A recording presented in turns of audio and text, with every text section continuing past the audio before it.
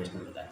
दोस्तों, हम जहाँ भी इन्वेस्टमेंट करते हैं या म्यूचुअल फंड में करते हैं, एसआईपी के थ्रू या फिर लमसम के थ्रू, या फिर इंश्योरेंस में करते हैं, बॉन्ड्स में करते हैं, या फिर ऐसे पीपीएफ में करते हैं, किसी भी फील्ड में हम करते हैं दोस्तों, तो हमारा जो पैसा है वो इन्वेस्टमेंट होता है शेयर मार्केट में, जिसे स्टॉक मार्केट भी कहा जाता है।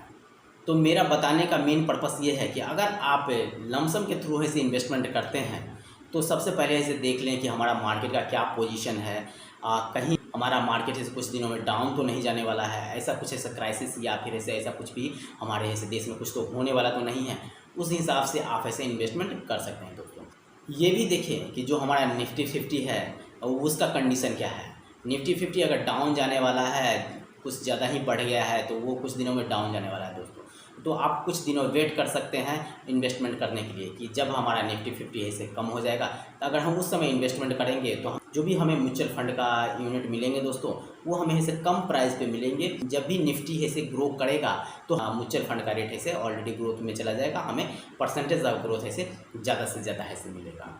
आप एनालाइज कर ले कि आपको कहाँ ऐसे ज़्यादा रिटर्न मिल रहा है, कहाँ आपको वैसा फंड जिसमें आपको 18% से कम रिटर्न मिल रहा है, वहाँ पे आप कभी भी इन्वेस्टमेंट ना करें। तो हो सकता है कि वो 17% पे भी जा सकता है, 15% पे भी जा सकता है और 8% पे भी जा सकता है। अगर आप वहाँ पे इन्वेस्टमेंट करते हैं तो आपको ऐसे दोस्तों, मैंने जो गोल रखा है 1 करोड़ का, 2 करोड़ का, 5 करोड़ का, वो तो ऐसे नहीं तैयार होने वाला है। एक ऐसा वीडियो मैं लेके आऊँगा जिसमें मैं कंपेरिजन में बताने वाला हूँ कि अगर आपको 18% 20% का रिटर्न मिलता है तो कितने समय में कितना का फंड तैयार हो जाएगा और क्यों हमें जल्दी से ज़रूरत है दोस्तों। तो निफ्टी में इन्वेस्टमेंट करने से पहले 2 चीज़ देखिए दोस्तों। पहला नंबर की निफ्टी में जो इन्वेस्टमेंट आप कर रहे हैं वो निफ्टी 50 है, निफ्टी 100 है, या फिर ऐसे निफ्टी 200 है दोस्तों।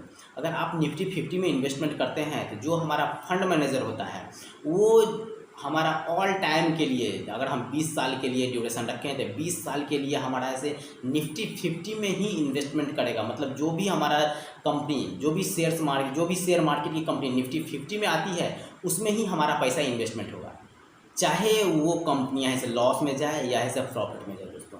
अगर लॉस में जाती है तो ऐसी कंपनी में इन्वेस्टमेंट करेगा जो हमें 2%, 3%, 4% का ग्रोथ दे रहा है, उस वैसे कंपनी में हमारा फंड मैनेजर इन्वेस्टमेंट करेगा ताकि हमें लॉस का सामना न करना पड़े। बट हमें 2%, 3% ये दोस्तों इतना महंगाई बढ़ते जा रहा है हर साल। अगर हमें 2%, 3%, 4%, 5% अगर हमें ग्रोथ मिलता है तो दोस्तों जो भी हमारा ग्रोथ मिलता है वो अगर वहाँ पे इन्वेस्टमेंट करते हैं तो फिर हमें कोई प्रॉफिट मिलता नहीं है। इसीलिए मैं बता रहा था कि अगर आप इन्वेस्टमेंट करना चाहते हैं तो निफ्टी 200 में करें दोस्तों, क्योंकि वहाँ पे स्कोप बहुत ज़्यादा रहेगा। 200 का मतलब ऐसे 200 कंपनियाँ जो है निफ्टी 50 के अंदर में आती हैं, उसमें इन्वेस्टमेंट हमारे पैसे को करेगा हमारा जो फंड मैनेजर है। तो 200 में करेगा तो मानो सपोज दैट कि अभी ऐसे 10 में कर रखा है, जो हमने इन्वेस्टमेंट किए अभी 1 लाख रुपया, तो उसमें हमारा ऐसे 10 कंपनियाँ में ऐसे इन्वेस्टमेंट कर दिया। जब भी हम इन्वेस्टमेंट करते हैं, अगर निफ्टी 200 में करते हैं या फिर एसआईपी के थ्रू या फिर ऐसे लमसम के थ्रू, जब भी हम इन्वेस्टमेंट हमारा ऐसे होता है तो हमारे पास में 200 कंपनी का ऑप्शन है कि जो भी हमारा फंड मैनेजर है वो 200 कंपनी में निवेश करेगा। तो अगर उस 200 में से कोई भी 2, 4, 5, 10 कंपनियां अगर लॉस में जाती है या कम प्रॉफिट देती है तो हमारा फंड मैनेजर है वैसे कंपनी में निवेश करेगा जहां हमें ज़्यादा से ज़्यादा ऐसे ग्रोथ मिलता है। तो इस टाइप से अगर इन्वेस्टमेंट अगर आप करते हैं तो आपको ऐसे यहाँ पे मैक्सिमम प्रॉफिट मिल सकता है।